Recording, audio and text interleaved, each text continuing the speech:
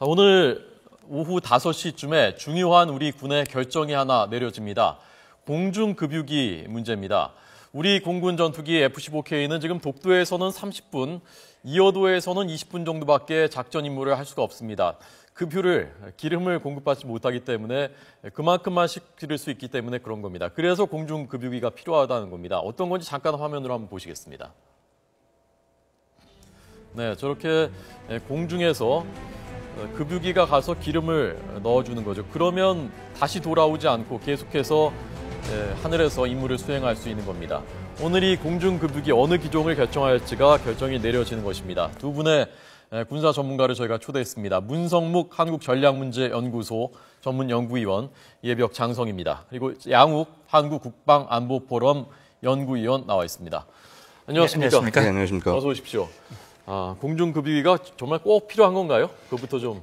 예, 방금 이제 멘트에도 나왔습니다만 우리 공군이 보유하고 있는 전투기들 F-15라든지 F-16이라든지 이런 성능들이 우수하지만 결국 공군 작전에서 우리가 승리하기 위해서는 작전의 반경이라든지 또 채공 시간 또 무장 능력 그런 것들이 극대화시켜야 되거든요. 특히 이제 작년 같은 경우 그 중국이 우리 이어도를 자기들 방공 식별구역 여기다가 포함을 시켰고 우리도 이제 카리지를 확장함으로써 그쪽에다 이제 방공 식별구역을 설정을 했고 또 독도에 관한 문제들이 지금 한일 간에 갈등이 되고 있는 상황 속에서 우리 공군 작전 능력이 뭐 F-15K를 기준으로 해도 이어도에서는 20분밖에 안 되고 독도에 30분이라면 30분 작전하고 다시 기지로 돌아와서 교부를 다시 하고 또 돌아가야 되는 그러나 공중급유기가 있을 경우 공중에서 일종의 하늘에서의 주유소 역할을 하기 때문에 그 전투기들이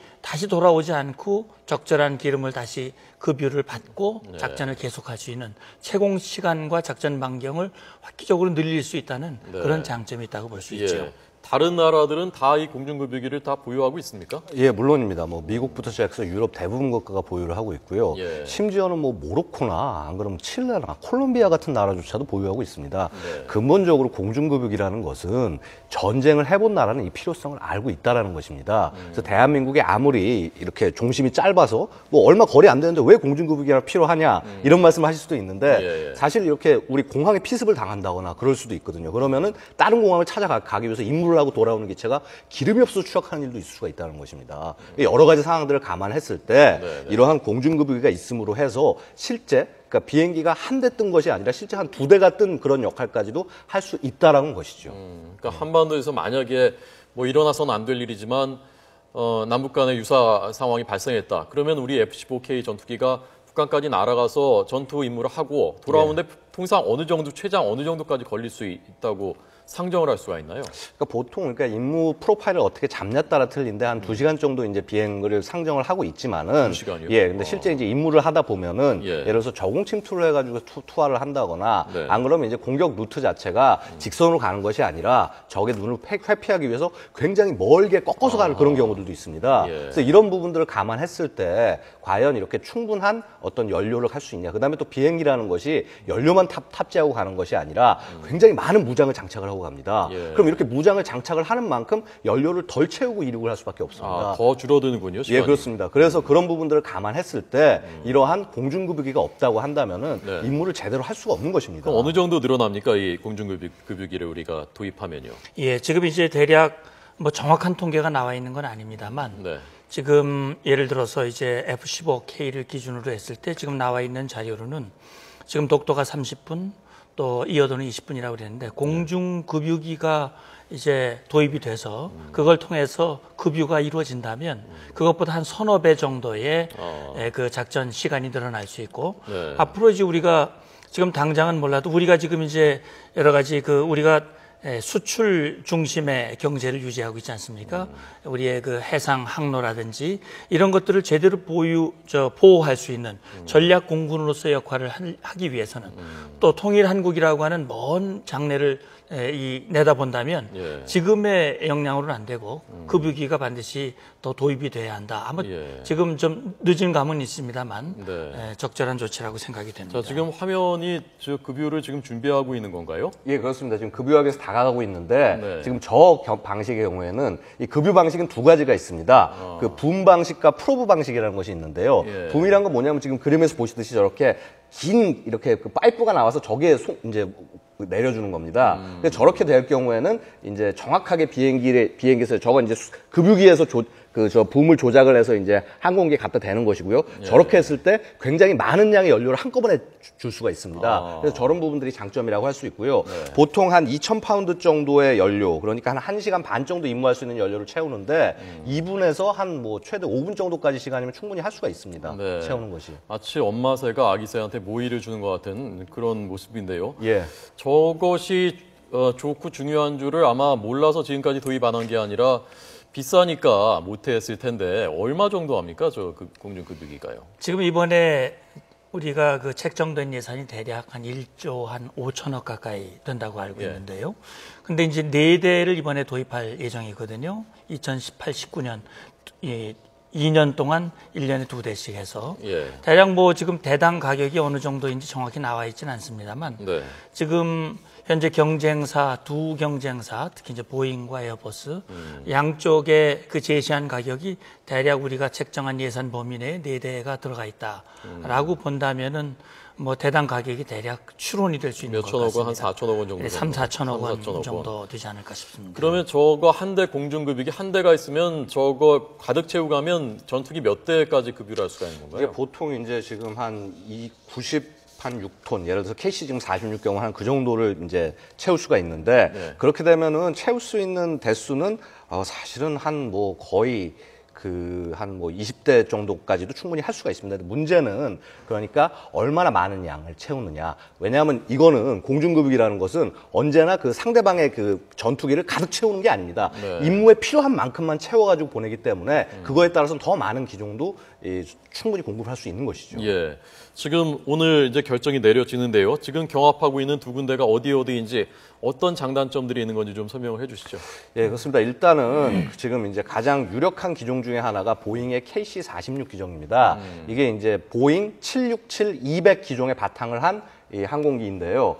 이 기종의 경우에는 이제 지금 미국이 지금 앞으로 채용할 예정에 있습니다. 2016년부터 미 공군에 들어갈 예정에 있고요. 그래서 아직은 지금 이제 개발을 지금 하는 그런 도중에 있는 기체입니다. 그런데 일단 이제 급유 방식이라든가 이런 부분들이 굉장히 좀 이렇게 최신화되어 있는 그런 기체로 알려져 있고요. 보잉 것이요? 예, 보잉 것이 그렇습니다. 근데 에어버스의 경우에는 사실은 이 보잉 기체보다 조금 더 큰 기체입니다. 그래서 이제 그 에어버스 A330-200 기종을 바탕을 하고 있고요. 보시다시피 길이도 한 8m 정도 한 10m 정도 길고, 예, 그렇게 이제 좀 기체가 좀 틀립니다. 근데 하지만 실제 이제 들어가는 연료 탑재량의 경우에는 그렇게 큰 차이가 나지는 않습니다. 근데 이제 다만 이 A330 같은 경우에는 이제 화물기, 사실은 요즘 이 급유기가요, 급유로만 쓰이는 것이 아니라요, 이게 병력을 수송을 해서 해외로 보내거나 거기에 이렇게 짐을 실어서 가는 그런 용도로 같이 쓰입니다. 그래서 저기에 탑승 인원이 써 있는 거군요. 예, 맞습니다. 그래서 이제 저 뒤에 보면 예를 들어서 안에 급유하는 부분 말고도 짐을 채워넣는 부분, 그래서 사람을 탑승하게 하는 부분, 이런 식으로 컨피규레이션을 바꿀 수가 있기 때문에 그런 것입니다. 사람을 태우는 만큼 기름은 덜 실을 수밖에 없는 건 아닙니까? 그렇죠. 이제 그럴 경우는 임무가 좀 달라지는 것이죠. 그래서 사람을 태우는 것은 보통 해외 파병을 한다거나 이럴 때 이제 전용기로서 활용되는 그런 임무로 이제 쓰일 수도 있다라는 것입니다. 예.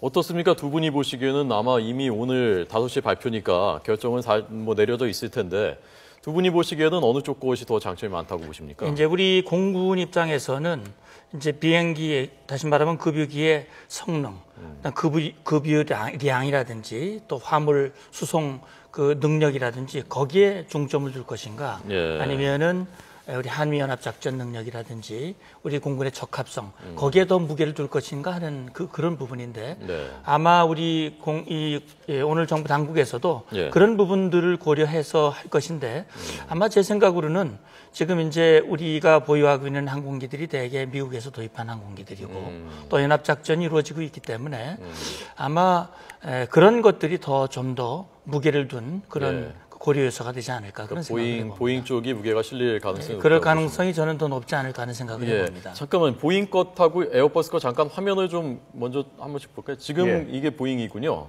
예, 조금 전 그렇습니다. 보신 것이요. 예. 그래서 이제 보잉 기종의 경우에는 네. 급유를 할 때 예전에 이렇게 사람이 눈으로 보면서 저 붐을 조작을 해야 됩니다. 이렇게 이제 조작을 했는데 지금 요즘은 저렇게 조작을 맞습니다. 저렇게 비행기 조종해서 조작을 해야 되는데 이제 지금 최신의 그 6세대 그 이런 급유 방식 같은 경우는 헬멧을 쓰고 이렇게 우리 마치 이렇게 무슨 이렇게 뭐랄까 공상과학 영화에서처럼 이런 걸 봐가면서 가상화면으로 봐가면서 이렇게 조작할 수 있게 그렇게 되어 있습니다. 자, 에어버스 것도 한번 볼까요? 예, 그렇습니다. 에어버스의 경우에는 지금 이제 사실 아까도 말씀드렸다시피 가장 큰 장점이 기체가 크다는 게 장점입니다. 그래서 지금 이제 대한민국이 뭐 꼭 공중급유뿐만 아니라 요즘 해외 파병도 많이 하고 이러고 있는데 그런 용도로 봤을 때 좀 좋은 것이 아니냐 이런 의견들이 있고요. 저기는 지금 한 대에서 두 대를 한꺼번에 급유를 해주네요?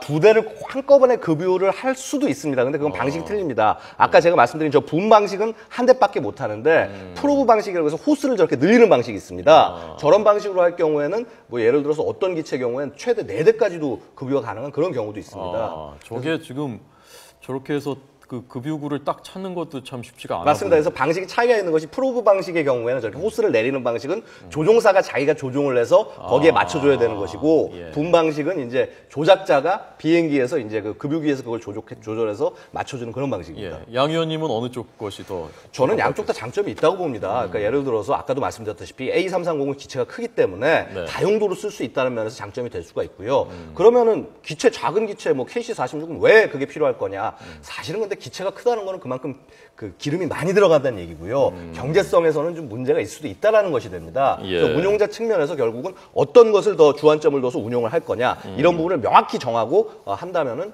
좀 가능성이 있다고 보겠습니다. 네. 오늘 5시에 결정이 딱 내려지는 건가요? 아마 회의가 끝나면 그 회의에서 결정을 할 텐데 물론 기종이 완전히 결정이 될지 아니면 뭐 논란이 또 있어서 또 뭐 다시 할는지 모르겠습니다만 아마 시일이 급하기 때문에 대략 오늘 결정이 나지 않을까 하는 생각을 해봅니다. 이게 반드시 결정을 해주셔야 되는 것이요. 원래 이 사업 소요제기가요. 1993년도에 된 사업입니다. 그렇다면서 20년 됐다면서. 20년이 묵은 사업이고 그다음에 공군이 계속적으로 그냥 노래를 불렀지만은 사실 이제 그동안 우리의 주력 전투기 사업들이 자꾸 뒤로 밀리면서 눈치를 보면서 이게 못 간 사업 중에 하나입니다. 그래서 반드시 좀 가져왔으면 하는 바람입니다. 그래서 2018년 도입 예정인 거죠? 이렇게 결정되면요? 원래는 작년에 결정을 해서 2017년부터 들어올 계획이었는데 그게 지금 1년 늦어진 겁니다. 알겠습니다. 오늘 5시에 이제 20년의 이 수건이 오늘 해결될 수 있을지 주목해 보겠습니다. 두 분의 군사 전문가에게 들었습니다. 고맙습니다. 감사합니다.